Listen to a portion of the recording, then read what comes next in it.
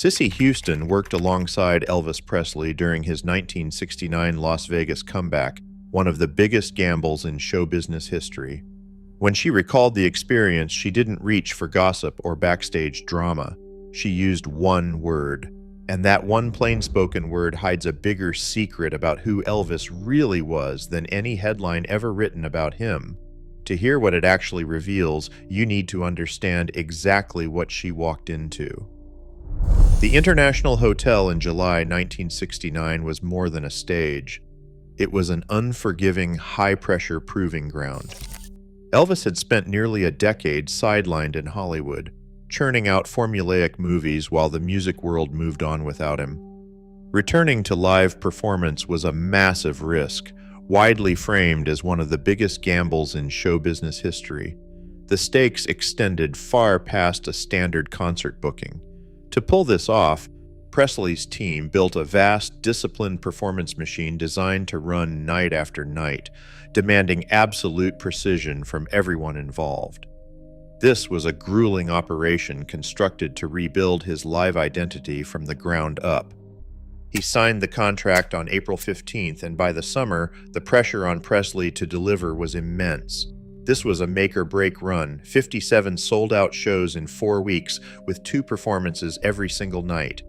The showroom held 2,000 people, and Presley had to pack it twice a day, every day, for 4 consecutive weeks. In this intense environment, every member of the production became a critical cog in a larger engine. The musicians, the technical crew, and the backup singers were daily witnesses to how Elvis operated when his entire career was on the line, rather than passive spectators to a myth. The backup vocalists Elvis hired were not starstruck amateurs. The Sweet Inspirations, founded in 1963 by Cissy Houston, were already elite industry veterans. They had evolved from a gospel group called the Gospel Heirs before Atlantic Records executive Jerry Wexler signed them in 1967. By the time they entered Presley's orbit in 1969, they were among the most sought-after session singers in America. Their credits read like a history of 60s soul and rock.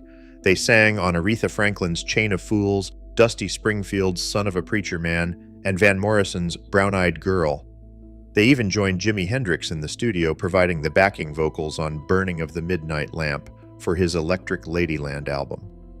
Cissy Houston led this disciplined unit as a serious, working vocalist. She was not a fan looking for a brush with greatness, but a seasoned professional who understood the mechanics of a hit record.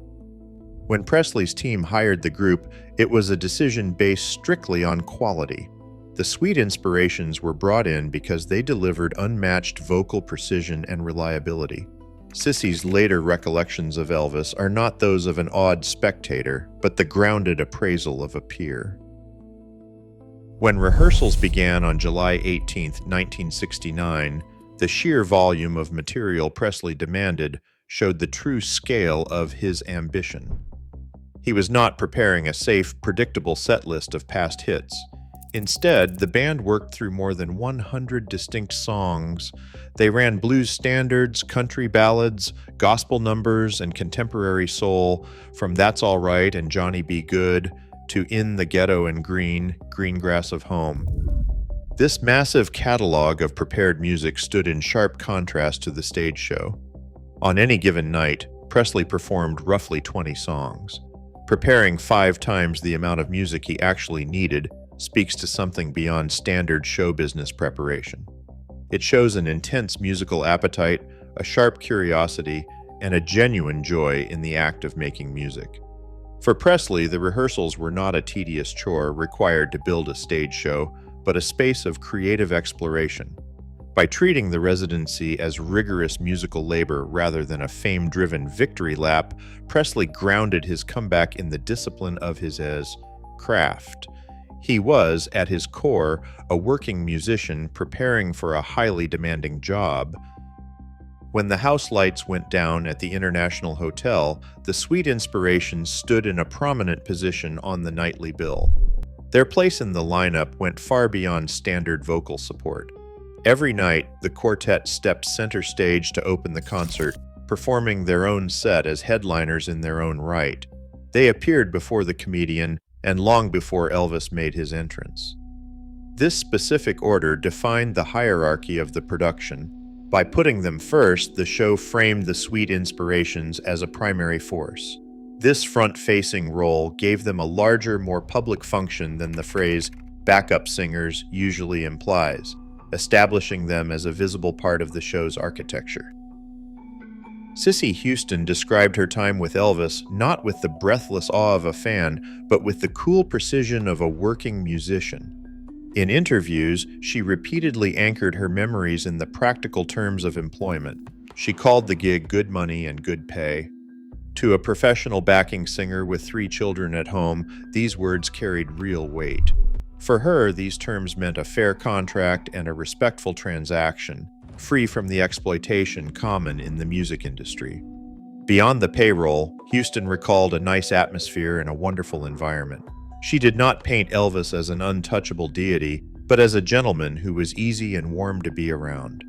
This plain, unvarnished vocabulary strips away the bloated mythology of the Las Vegas superstar. By describing her boss in the ordinary language of a good workplace, Houston reveals a rare glimpse of the man behind the myth. He was a decent employer, paying fair wages, maintaining a healthy workspace, and treating his collaborators with basic human dignity. But behind the respectable wages lay a quiet, difficult choice. Accepting the month-long residency in Las Vegas meant Cissy Houston had to leave her 3 young children behind in New Jersey.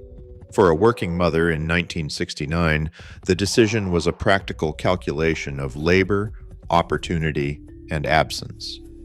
The high-energy glamour of the International Hotel existed on one side of the scale, balanced against the daily reality of a mother separated from her family. While the stage offered steady employment, the distance took its toll. By September, when the inaugural run concluded, Cissy made her decision. The financial security was real, but the cost of separation was too high. She walked away from the tour to return to her children. In late 1969, Cissy Houston signed a solo contract with Commonwealth United Records to produce her debut album, Presenting Cissy Houston.